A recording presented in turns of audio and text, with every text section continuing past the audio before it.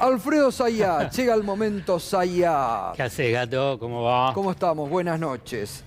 ¿Qué dice? Tenés mucho tiempo porque tengo varias cosas, la verdad, tocaste todos los temas. No me empiece a apretar ya de entrada. No, lo vamos a hacer rápido, sintético, para que quede ¿Hay tanto que separa a Alberto y a Cristina en este momento? Digo, porque, no sé si coincidís con lo que yo decía, el diagnóstico todos lo tenemos. Sí.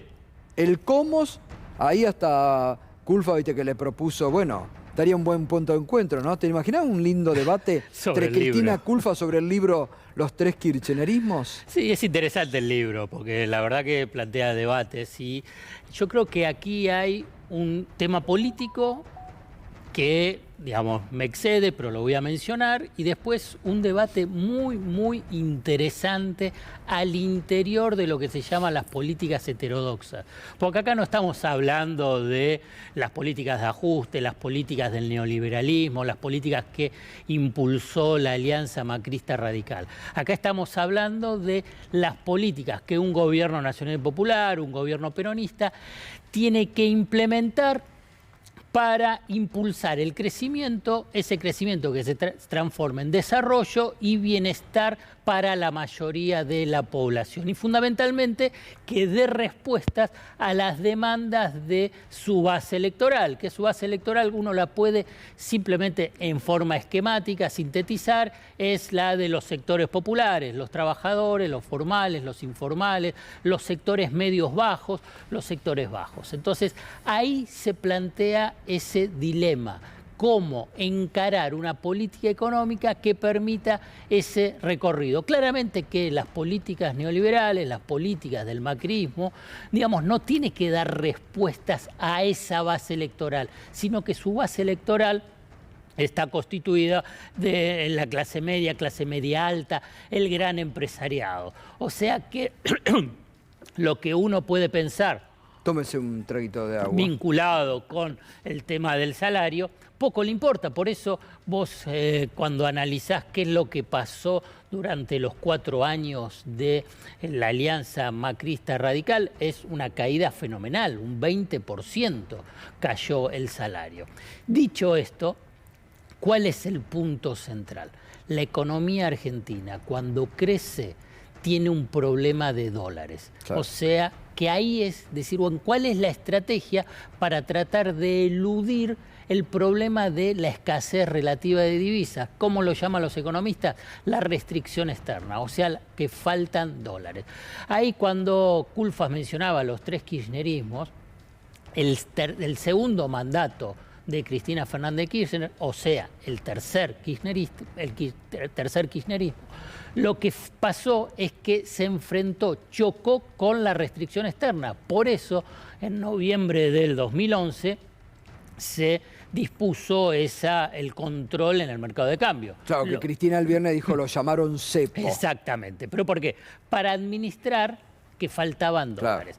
Entonces, frente a esa experiencia, aparece una línea dentro del gobierno que es decir, bueno, hay que fomentar las exportaciones, fomentar las inversiones y a partir de ahí tener un tipo de cambio, llamémoslo competitivo, para fomentar las exportaciones. ¿Qué es lo que está pasando? Claro. Tenés crecimiento de las exportaciones, favorecido con un contexto internacional muy favorable, crecimiento de las inversiones, como bien mencionaste vos, Orlando Ferreres la semana pasada mencionó que es uno de los motores del crecimiento. 23% de crecimiento de las inversiones, decía Orlando Ferreres, un dato de la realidad, ¿no?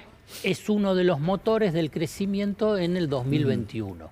Claro. Ahora bien, aquí viene el punto donde uno observo, yo analizo, desencuentra. Si querés desencuentrar, ¿qué pasa con el salario? ¿Qué pasa con los ingresos de los sectores populares? Vos lo mencionabas y se lo trasladaste a Culfas. ¿Qué pasa con la inflación? Claro. Si vos tenés inflación alta, más allá de los bonos, el impulso a las paritarias, en los ingresos de los sectores populares, ¿qué son? Son la base electoral del gobierno, están retrasados. Claro. O en todo caso, en el mejor de los escenarios, en algunos sectores formales pueden empatar a la inflación. Entonces ahí para mí es donde se encuentra el punto, como decís vos, de desencuentro. Entonces ahí aparece decir, ¿qué hacer? ¿Qué hacer?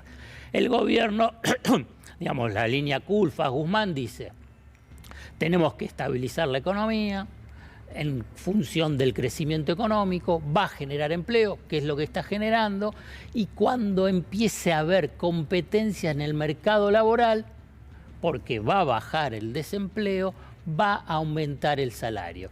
Pero ahí Culfas al comienzo mencionaba y decía, eso lleva tiempo. Sí, claro. Y el lleva tiempo es lo que pone nervioso a otros sectores o la pérdida de tiempo frente a la elección que se viene. Exacto, porque ahí aparece la política, digamos, la política que entendida. es lo que justamente le hacen el cuestionamiento sobre lo que pasó el año pasado. Exactamente. Entonces, uno puede decir, en forma virtuosa, en el análisis exclusivamente económico, saco el tema político, electoral y base electoral, y dice, bueno, es lo lógico, tiene que haber exportaciones, que haya más dólares, con más dólares va a financiar las importaciones, el crecimiento económico, el empleo y va a mejorar el salario.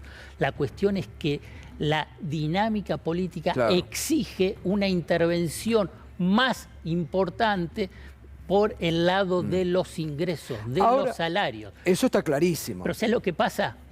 Y ahí es donde entra también otro punto de desencuentro al interior de la heterodoxia, que si impulsás mucho el consumo, como es la estructura productiva en Argentina, impulsando mucho el consumo, se necesitan más dólares para importar y te quedás sin dólares. Claro. Y entonces volvés a chocar con lo que te mencionaba antes, la restricción estatal. Ahora, dos consultas, a ver, desde la ignorancia.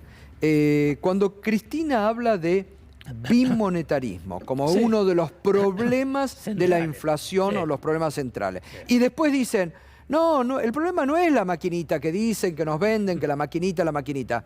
Cristina dice, el problema de la inflación no es la emisión de pesos, y algunos sectores de gobierno dicen, sí, tenemos que controlar la emisión.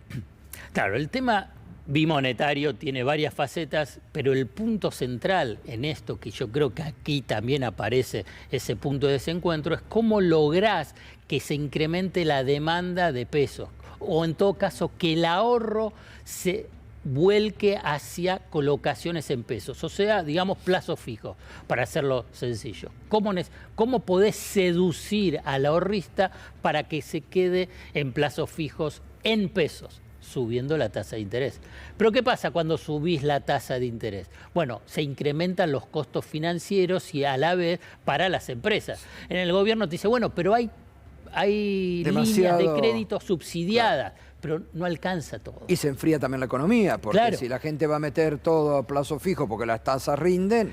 Y entonces vos agarrás y entonces se generan dilemas económicos, se generan el tema, y aquí va a lo que tiene que ser un punto de encuentro, es que eso se resuelve políticamente en una mesa. En una mesa, que es lo que venimos marcando, por eso desde el inicio decimos, si los diagnósticos están similares, el punto de encuentro es la mesa, Ahora bien, digamos, dentro de esa mesa, y ahí ya vuelvo a decir que me excede, si hay cuestiones personales, si hay cuestiones de que si me recibía, no me recibía, si me escucha, no me escucha, etcétera, etcétera, ahí ya es otro análisis que me excede para el análisis económico. Pues entonces, ahora decís, bueno, aquí hay algo que tiene que estar por encima de si me atendía el teléfono, si no me atendía el teléfono, si me escuchaba o no me escuchaba, o si es más o menos audaz, porque cada uno tiene su personalidad. Totalmente. Entonces, me parece que ahí es un capítulo que simplemente lo menciono, pero que pasa a ser relevante